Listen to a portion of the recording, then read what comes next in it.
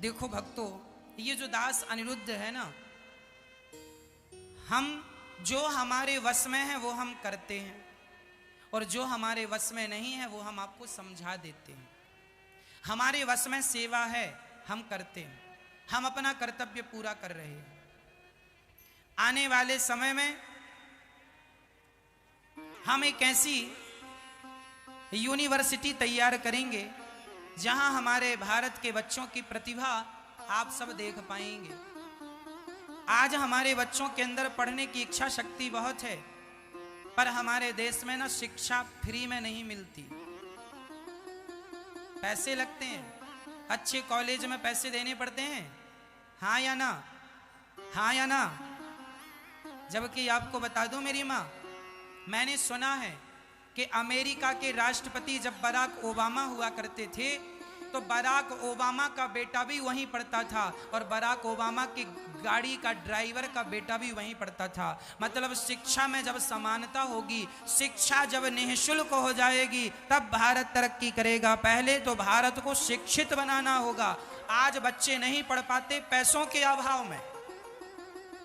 भारत की गवर्नमेंट को चाहिए कि वो भ्रष्टाचार रोक कर पैसे बचाएं और उस पैसे से भारत की शिक्षा को पूरी फ्री कर दें।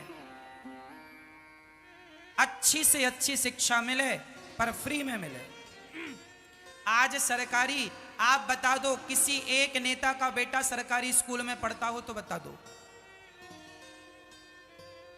नहीं पढ़ता। नेताओं के बच्चे लंदन में पढ़ते हैं। इन नेताओं से कहो कि नेताजी हमारे भारत की स्कूल को इतना अच्छा क्यों नहीं बनाते कि तुम्हें अपने बेटे को लंदन ना भेजना पड़े, तुम भी अपने बेटे को भारत में ही पढ़ाओ, अपने देश को इतना अच्छा बनाओ कि तुम्हें देश छोड़ के जाना ही ना पड़े। ये दुर्भाग्य है मेरी मां। भारत में जितने हजारों नेता हैं, एक भी नेता का बेटा भारत के सरकारी स्कूल में पढ़ता हो तो बताओ। जब तुम अपने बेटों को नहीं पढ़ाते तो कौन पढ़ाएगा? फिर तो वो मजबूरी के लोग पढ़ते हैं। क्यों सरकारी स्कूल में कोई नहीं पढ़ाता? क्योंकि सरकारी स्कूलों की पढ़ाई अच्छी नहीं है। ऐसा हम नहीं कह रहे हैं, हम भी पढ़े हैं। हम आपको बता दें, 7वीं क्लास तक हम सरकारी स्कूल में पढ़े हैं। हम ये दास अनिरुद्ध सरकारी स्कूलों में हम पढ़े हैं। जब 6वीं क्लास में हम गए थे तब हमें ABCD बताया गया था। आप लोग ज्यादा पढ़े लिखे हैं हमसे, क्योंकि हम गांव के शुद्ध गांव के आदमी हैं। हमारे गांव में शिक्षा नहीं थी। हमें भी शिक्षा मिली होती तो हम भी आपकी तरह इंग्लिश बोल रहे होते। हमें 6वीं क्लास में ABCD पढ़ाया गया, ये मेरी गलती है। हमारी औकात नहीं थी प्राइवेट पढ़ने की। 50 रुपए लगता था प्राइवेट स्कूल का, 50 रुपए देने की हैसियत नहीं थी।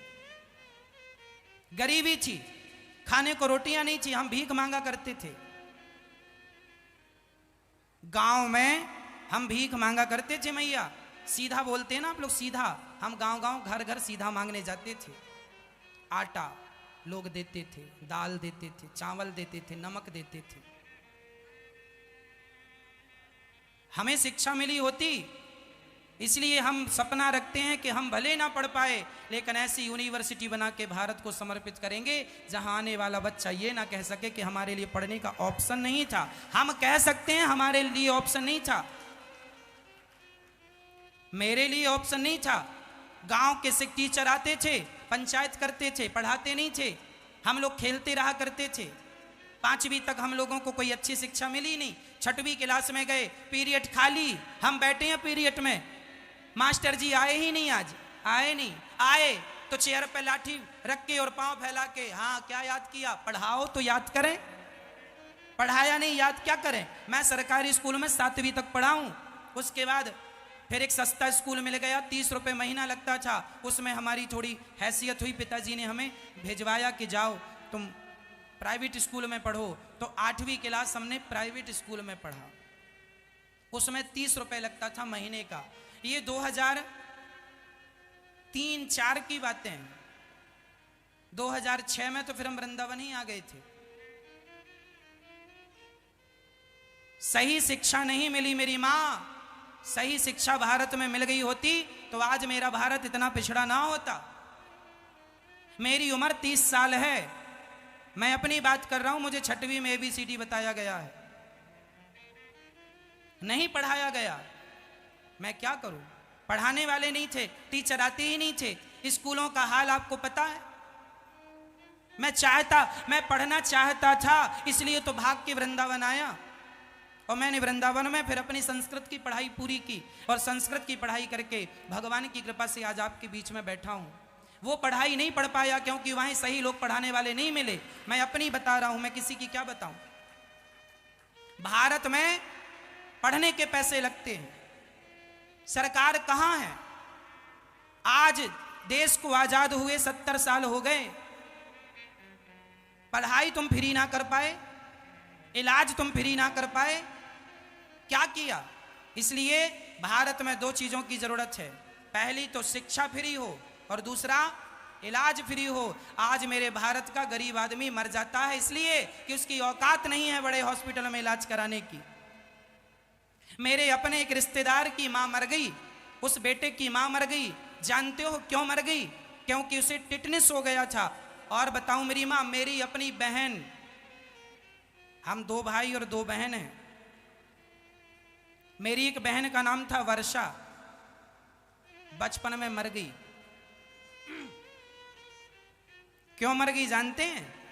कान खुजा रही थी, तो कान खुजाते खुजाते ना उसने लोहे की कील से कान खुजा लिया, तो लोहे में जंग लगी थी, उसे पॉइजन हो गया, टिटनेस हो गया, पॉइजन हो गया, सिंपल भाषा में पॉइजन हो गया। हॉस्पिटल ले गए, 4 दिन भर्ती रही। अरे पॉइजन हो गया तो उसका इलाज था उस जमाने में, लेकिन सही इलाज नहीं मिला। पैसे की डिमांड ज्यादा हुई, औकात नहीं थी पैसा देने की। हमारी अपनी बहन मर गई। क्यों मर गई? इलाज नहीं था। प्राइवेट हॉस्पिटल हो, पैसा हो तो पैसे वाले बच जाते हैं, गरीब लोग कहां बचते हैं। इसलिए मेरे 2 सपने हैं। एक हॉस्पिटल बनाऊंगा जहां सबका निःशुल्क इलाज होगा, और एक यूनिवर्सिटी बनाऊंगा जहां सबको निःशुल्क शिक्षा दी जाएगी। मैं सरकार से कहूंगा नहीं, मैं करके दिखाऊंगा। मैंने 2 चीजों को सहा है। शिक्षा नहीं मिली मुझे, इलाज नहीं मिला, मेरी बहन को मर गई। दोनों सब्जेक्टों में मैं काम कर रहा हूं। बस आप भारतवासियों का प्यार चाहिए, आपका स्नेह चाहिए, और कुछ नहीं चाहिए। इसलिए कहता हूं कि यदि भारत को संपन्न बनाना है, सफल बनाना है, तो गवर्नमेंट को चाहिए कि वो शिक्षा और इलाज फ्री करे। टैक्स लेती है और ले टैक्स, कोई बात नहीं, देंगे हम, पर कम से कम पैसों के अभाव में कोई माँ अपना बेटा तो ना गवाएगी, कोई पत्नी अपना पति तो ना गवाएगी, कोई बहन अपना भाई तो ना गवाएगा, कोई बहन कोई भाई अपनी बहन तो ना गवाएगा इलाज के अभाव में। टिटनेस का इंजेक्शन लगता है साहब, 100 रुपए का भी नहीं आता, 50-60 रुपए का आ जाता है। एक सच्ची घटना, मेरे गांव के बगल में एक आदमी को कुत्ते ने काट लिया। ये मुझे बहुत बाद में पता लगी। एक बच्चे को कुत्ते ने काट लिया, सुनाता हूं, सच्ची घटना है। एक आदमी को कुत्ते ने काट लिया, और कुत्ते को काटने के बाद ना इंजेक्शन लगवाना पड़ता है, तब वो कुत्ते से बचता है, नहीं तो कुत्ते का काटा मर जाता है। कुत्ता किसी को काट ले तो उसे इंजेक्शन लगवाना पड़ता है। एक बच्चे को कुत्ते ने काट लिया, वो माँ सरकारी हॉस्पिटल गई कि साहब मेरे बच्चे को कुत्ते ने काट लिया, जरा इंजेक्शन लगा दो। सरकारी हॉस्पिटल में बोले इंजेक्शन तो लगा देंगे, पर इंजेक्शन खरीदना तुम्हें पड़ेगा। मुझे भी एक बार कुत्ते ने काटा था, और मैं भी सरकारी हॉस्पिटल गया था। मैं अपनी बात कर रहा हूं, मैं सबूत हूं, मुझे किसी को सबूत के तौर पे खड़ा करने की जरूरत नहीं है। मैं जब कुत्ते ने मुझे काटा, और मैं जब मेरे पिताजी लेके गए कि चलो सरकारी हॉस्पिटल में इंजेक्शन लग जाएगा, प्राइवेट में लगवाने की हैसियत नहीं थी। तब गए, सरकारी ने बोला लगा तो देंगे पर इंजेक्शन लाओ।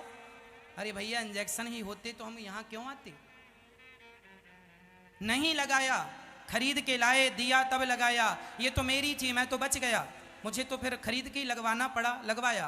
पर उस बच्चे के पास, उसकी माँ के पास वो मजदूरी करती थी, गरीब थी, रोती रही, भैया मेरे बच्चे को इंजेक्शन लगा दो कुत्ते का।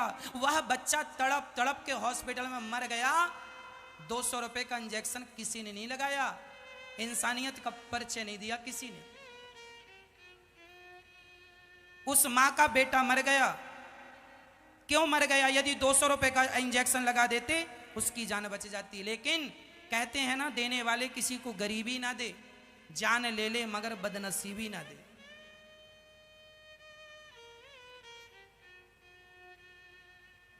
जब इंसान में गरीबी होती है ना, लोग हंसते हैं। जब भीख मांगते थे ना, लोग हंसा करते थे, वाह क्या मिला आज तुम्हें, कितना मिल गया। इसलिए ये दास अनिरुद्ध जो है ना, सारे दिन देख चुका है। शायद भगवान करे आपकी जिंदगी में ये बुरे दिन ना आए, लेकिन मैं सबसे गुजर चुका हूं। इसलिए कहता हूं कि आज जरूरत है तो जागरूकता की जरूरत है। और मैं अपने से कहा करता हूं कि असंभव कुछ नहीं है। मेरे जैसा भिखारी यदि ये सपना रख सकता है तो आप भी सपना रख सकते हैं कि आप भी अपने देश को मजबूत बनाएंगे। बनाइए अपने देश को मजबूत, कीजिए अपने देश के लिए काम। ना तो परिवार के लिए काम कीजिए, ना तो अपने लिए काम कीजिए। काम कीजिए तो सिर्फ अपने भारत के लिए काम कीजिए। मेरा संपन्न देश मेरा सिर का ताज है। इसलिए मैं चाहता हूं, कल भी मैंने कहा था, आज भी कहता हूं, भारत का गरीब से गरीब आदमी,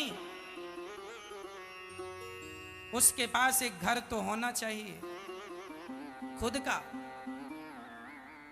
हमारे पास तो घर भी नहीं। लड़कपन में हमारे पिताजी मंदिर के पुजारी थे। जिस मंदिर में पूजा करते थे वो गांव के लोगों ने मिलकर मंदिर से निकाल दिया, चलो अब तुमसे पूजा नहीं करवाएंगे। यही सावन का महीना चल रहा था, पानी बरस रहा था, गांव के लोगों ने सारा डेरा उठा के फेंक दिया था बाहर।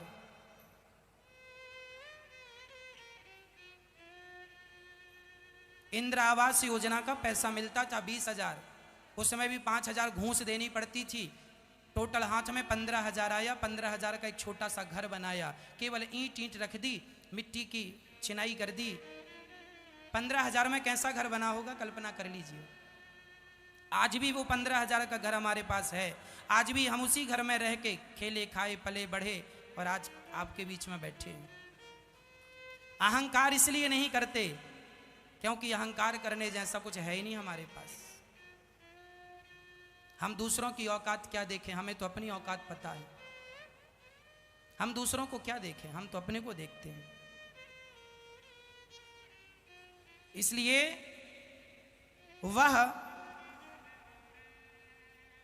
छोटा सा घर जिसमें सालों तक हम रहे, उसके बाद उस घर में प्लास्टर, जिसे कहते हैं ना छपाई, प्लास्टर इत्यादि, बिना प्लास्टर के घर में केवल डिब्बा था, उसमें रहते थे। हमारी माँ, हमारे पिताजी, हम सब रहा करते थे, खुश रहते थे। जो मिल जाता था भगवान को भोग लगा के खा लेते थे। हमारी माँ दाल ही दाल बनाया करती थी। कहा करते थे माँ कुछ बदल के बनाओ। अब पता चला कि दाल इसलिए बनाया करती थी क्योंकि सब्जी खरीदने के पैसे नहीं थे।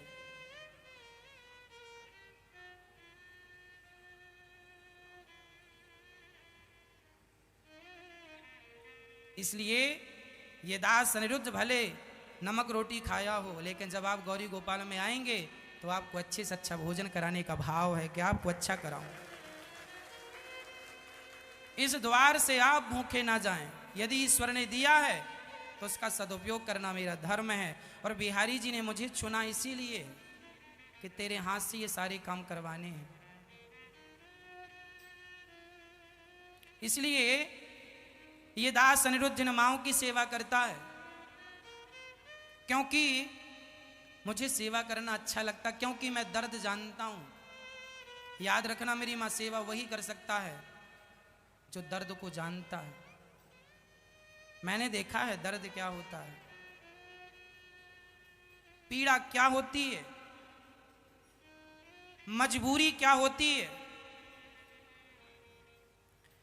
सारा कुछ देखा है। इसलिए मैं इन वृद्ध माओं की, जिस बच्चे ने मां को घर से निकाल दिया ना, मैं इन माँओं की मजबूरी को जानता हूँ, इसलिए इन माँओं की सेवा करता हूँ कि मेरा शरीर एक दिन चिता पे जल जाएगा, जब तक हाथ में है तब तक किसी के पांव दबा के पुण्य कर लूं, यही मेरे साथ जाएगा। ना गरीबी जाने वाली है ना अमीरी जाने वाली है, पुण्य मेरे साथ जाने वाला। इन माँओं का दर्द, इन माँओं की पीड़ा भली भांति मुझे ज्ञान है, इसलिए आपसे भी कहता हूं कि कोई तुम्हारे द्वार पर आए ना, उसे दुत्कारना मत, ठुकराना मत, सेवा करना, सबको प्यार करना।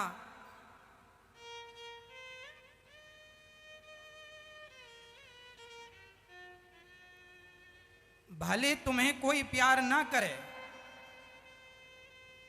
पर तुम्हें तो प्यार करना है।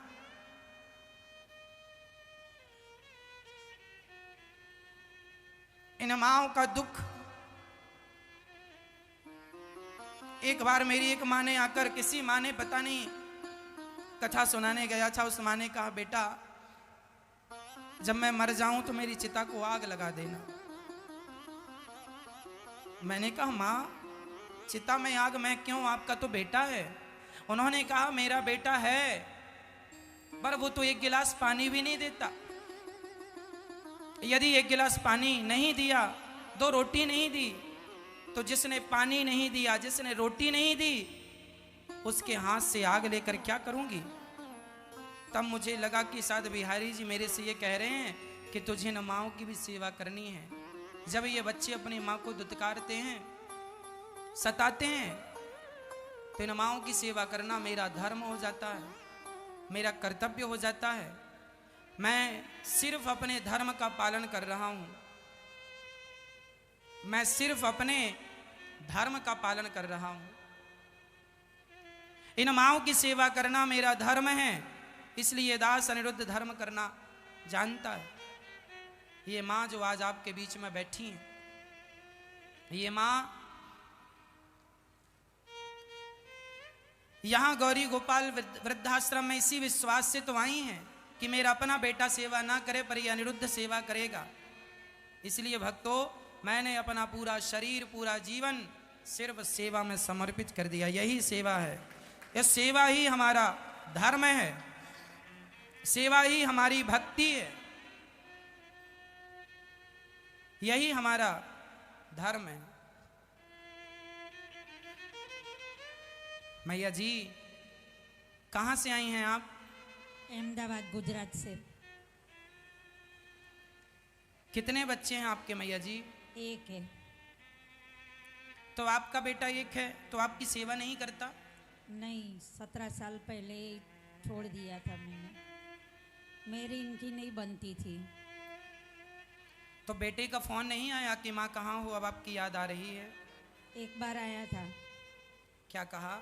उसने कहा कि तू जहाँ है वहाँ सुखी रहे। बुलाया नहीं कि माँ घर आ जाओ? नहीं। 17 वर्ष हो गए हैं मैया को घर से निकले। अब यहाँ मैया रहती हैं गौरी गोपाल वृद्धाश्रम में।